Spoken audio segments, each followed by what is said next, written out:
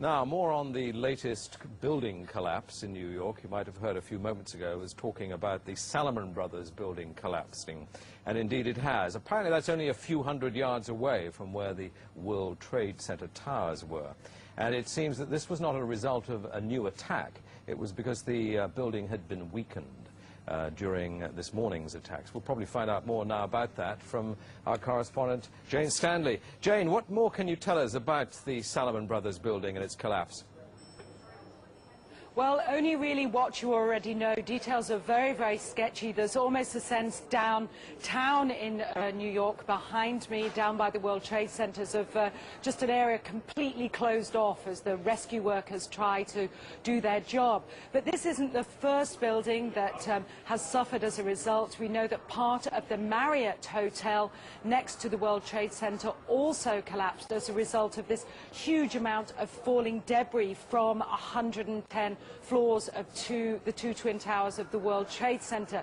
As you can see behind me, the Trade Center appears to be still burning. We see these huge clouds of smoke and ash, and we know that behind that there's an empty piece of what was a very familiar New York skyline, a symbol of the financial prosperity of this city, but completely disappeared now, and New York is still unable to take on board what has happened to them today.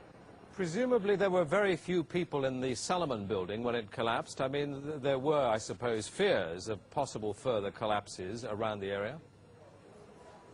That's what you would hope, because this whole downtown area behind me has been completely sealed off and evacuated, apart from the emergency workers. That was done by the mayor, Rudy Giuliani, much earlier today, because of course, the dreadful collapse of the Twin Towers of the World Trade Center.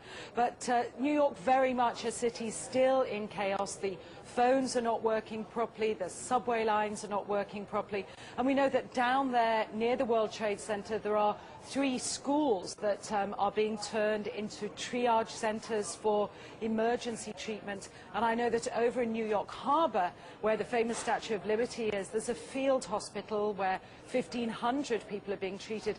And we have heard, though it's unconfirmed as yet, that 100 New York City police officers have been taken there as well for treatment. But we do need to confirm those figures for the officers. It's now, what, some 8 hours since the attacks. Is there any estimate yet available of the number of casualties in the World Trade Center?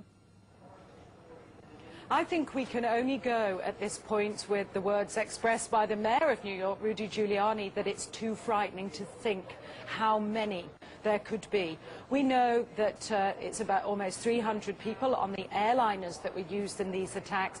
But you've got to remember, this was 9 o'clock in the morning on a Tuesday morning. It's busy in downtown Manhattan, in the financial district then. The World Trade Center itself has 50,000 workers. There are tens of thousands of tourists who go out there every day. The figures are almost too frightening to contemplate. You can understand why nobody yet wants to put a figure on them. Listening to the mayor, Rudy Giuliani, a bit earlier, one of his messages was, business as usual. We won't let this get us down. But presumably, a lot of Manhattan people must have fled the city to Long Island to get away from possible further attacks. Well, a lot of people were certainly trying to, but you remember that very early on, all the bridges and tunnels to the city, as well as the airports, were closed. New York was sealed, essentially. Now, we do know that the Long Island Railroad has begun running again to get people out of the city if they can, and people who can't manage to get out and perhaps lived in that area, they're being offered accommodation in empty school buildings. But certainly I saw earlier on today huge crowds of people desperately trying to walk up upper Manhattan to get as far away as possible. I think nobody really knows how to go or where to go, and you have to remember, even now, I don't think people can it can sink in to people what's happened. We haven't for the past hour or so heard much from the people of Manhattan. You're with them there. I mean, what are they saying tonight after this catastrophic attack? As I said, many just cannot believe this has happened, and I've seen you know, big burly men and women with you know, tears in their eyes today, shaking their heads, wondering what on earth is going on. There was a sense of panic. Our reports from the scene were of people just absolutely horrified. And I've already seen some photographs of that a man took down in the downtown area, and it looks like the aftermath of a huge atom bomb or something, just full of debris and of like a white carpeting of snow from all the dust and rubbish that had fallen. I don't think people can comprehend. They certainly have lost any feeling of safety. There's still a great pride in the city. People are determined to fight back, but a great sense of shock and loss. People keep looking at the sky, for example, where you can see the plume of smoke, and say, when that's gone, it won't be there anymore. Our Twin Towers won't be there. Such a symbol of New York. Are they talking yet about revenge and what the government should do to counter this threat, or are they numb still? I think people are still numb, and I don't think people are talking about revenge in that way at all yet. I think people are still too traumatized.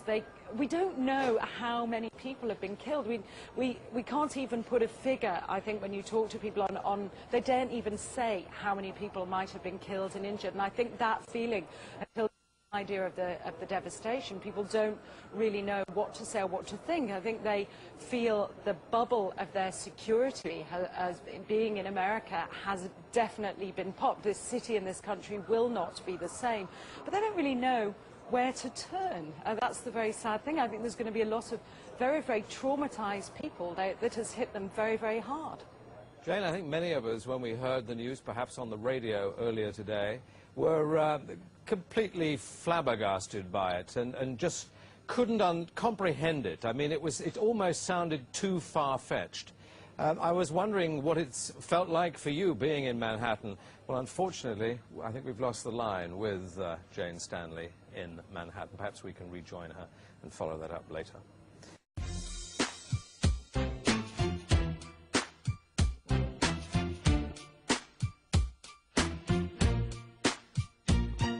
What's wrong with the world, mama? People living like they ain't got no mama. I think the whole world's addicted to the drama, only attracted to things that'll bring the trauma. Overseas, yeah, we trying to stop terrorism, but we still